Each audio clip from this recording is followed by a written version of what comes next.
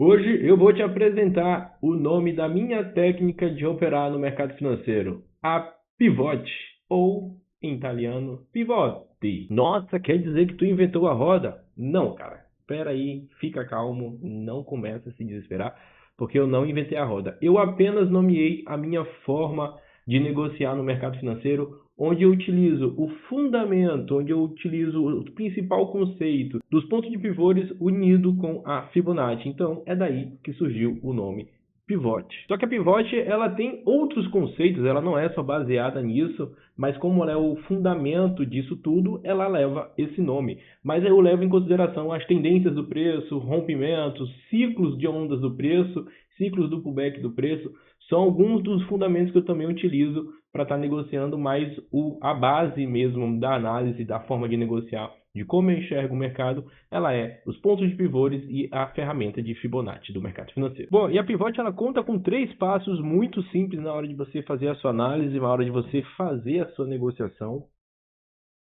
que é o seguinte. No primeiro passo, ele é a localização do ciclo do movimento do preço. Essa localização desse ciclo de movimento do preço, ele é crucial que seja feito nos gráficos maiores, utilizando principalmente ou o gráfico mensal ou o gráfico semanal. Hugo, qual que é o melhor? Isso aí é foda. Isso é um critério que você vai ter que definir a partir daí. O que você sente confortável, como é que você está enxergando o gráfico. Então, você tem essa liberdade aí de fazer da forma que você se sente confortável. Eu, aqui no STOPY, eu sempre venho fazendo aqui, localizando no gráfico mensal e no EURUSD também. Eu gosto de estar localizando esse ciclo de movimentação no gráfico mensal. Mas existem paridades ali, onde eu já fiz a localização do ciclo no gráfico semanal, né? E também na super certo. Só que é importante que seja feito em um desses dois tempos gráficos, beleza? Então, eu vou marcar meu ciclo de movimento do preço aqui nessa região aqui. Eu só gosto de mudar as cores das linhas porque lá na frente você vai entender mais sobre isso, tá? Então, eu marco essa região aqui do ciclo do STOPY, aqui em cima, essa região de resistência e uma região de suporte mais ou menos aqui para baixo, né? O 99,978 e fica ali entre 125,741, mais ou menos é essa. Aí entra o primeiro passo. O primeiro passo vai ser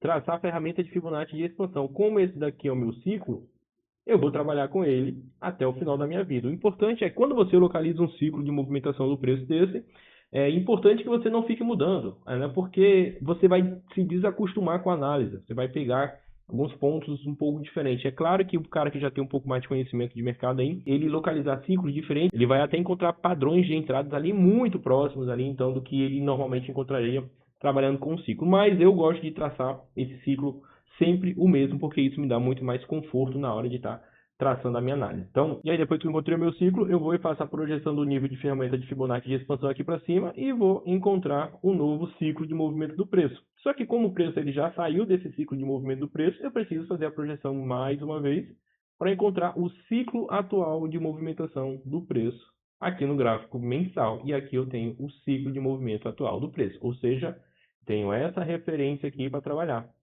Meus melhores pontos de negociações vão ser dentro desse canal aqui, dentro desse ciclo de movimentação do preço, e esse é o primeiro passo da minha análise. E aí entra um ponto interessante, que agora, depois de encontrar esse ciclo, eu preciso continuar encontrando as minhas marcações para eu poder entender o que eu preciso fazer, onde é que eu vou abrir as minhas negociações. Somente como está dessa forma assim, dá para eu abrir a minha negociação? Dá, só que o preço iria demorar muito chegar nas regiões ali mais importantes para eu abrir a minha negociação. Entra um ponto que é importante agora, que é a localização dos pontos de pivôs. E dentro desse encontro dos pontos de pivôs, né, eu vou falar que existem 4 tipos de níveis de força dos pontos de pivôs. A força 1, a força 2, a força 3 e a força 4. A força 1 ela é muito forte, a força 2 ela é forte também, moderadamente forte.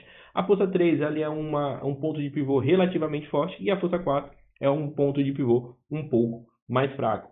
A força 1 da definição do ponto de pivô é aquele ponto de pivô mais forte que eu vou encontrar dentro do ciclo de movimentação do preço. Ela é interessante para quê? Para que eu entenda que dentro desse ciclo aqui, eu consigo encontrar em algum momento um ponto de reversão de tendência do preço, que pode acontecer lá no gráfico M15, tendo em vista que se o preço vier numa tendência de alta, ele vai chegar num ponto de pivô, e vai fazer uma realização de lucro. Essa realização de lucro aqui, ela acontece a partir do encontro desse ponto de pivô mais forte, para depois continuar subindo. Então, onde eu teria um pullback aqui no gráfico os maiores, no gráfico M15 ali, que é o meu gráfico operacional, eu vou ter uma tendência de baixa muito bem definida e eu vou conseguir aproveitar todo esse movimento, entrando a partir dessa localização do ponto de pivô mais forte. Como é que eu vou fazer o encontro do ponto de pivô? Eu vou simplesmente pegar minha calculadora aqui, ó, começar a encontrar os pontos de pivôs do preço. Então, o ponto de pivô mais forte dentro desse canal que o preço está ali vai ser 178, a minha região de resistência,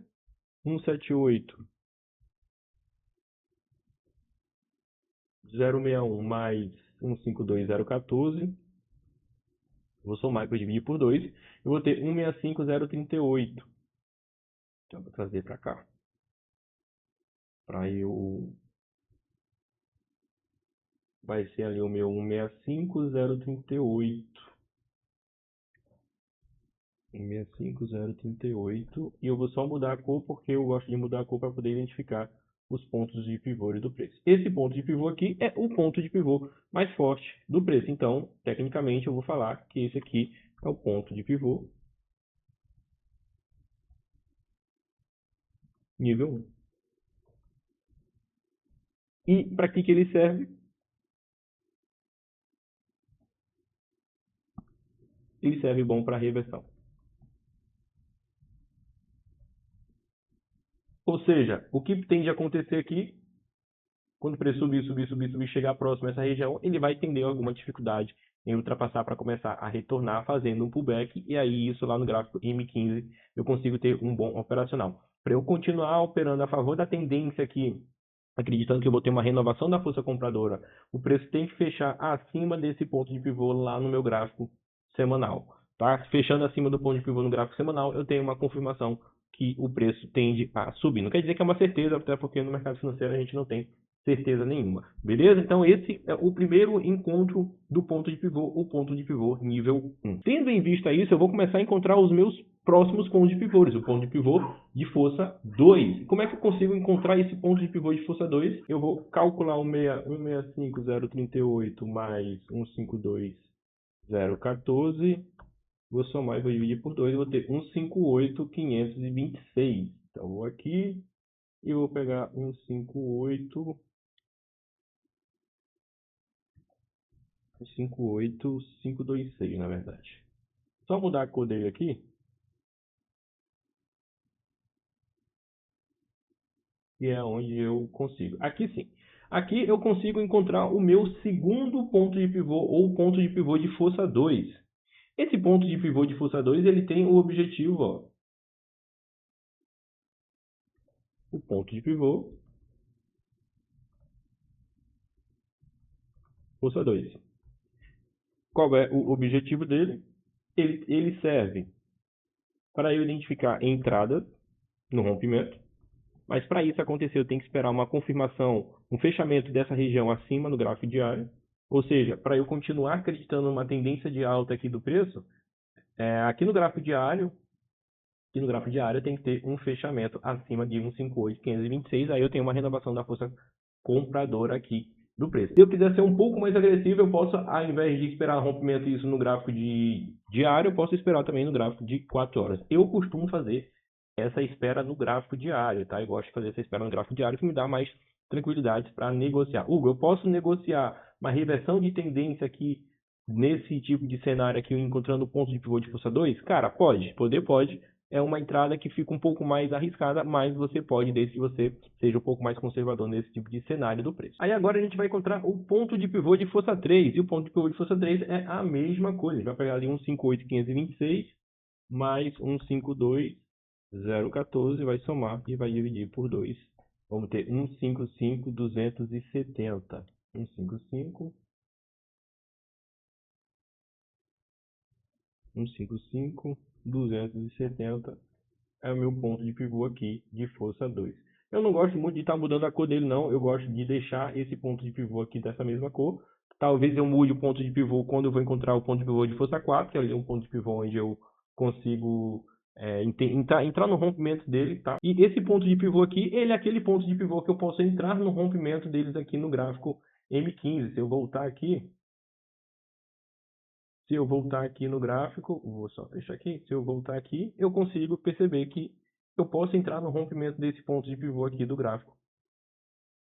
M15, que ele é um ponto de pivô de força 3, esses pontos de pivô de força 3 e força 4, eu posso entrar no rompimento dele. E o próximo ponto de pivô é aquele ponto de pivô de força 4. Ponto de pivô de força 4, ele simplesmente é aquele ponto de pivô onde eu posso executar a minha negociação. Vou botar aqui no gráfico M15, ó. Se eu perdi meu ponto de entrada que foi aqui, aí onde é que valeria a pena eu executar meu ponto de negociação de novo? Cara, e aí nesse rompimento aqui eu poderia executar a minha negociação. Ah, mas daria 0 a 0. Mas tudo bem.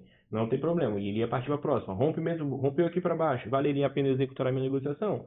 Não valeria a pena você executar a negociação, mas se o preço se mantivesse acima desse ponto de pivô aqui, ó, formou esse canalzinho, vale a pena você executar a negociação de novo e abrindo a operação. Hugo, poderia abrir a minha negociação no rompimento desse ponto de pivô?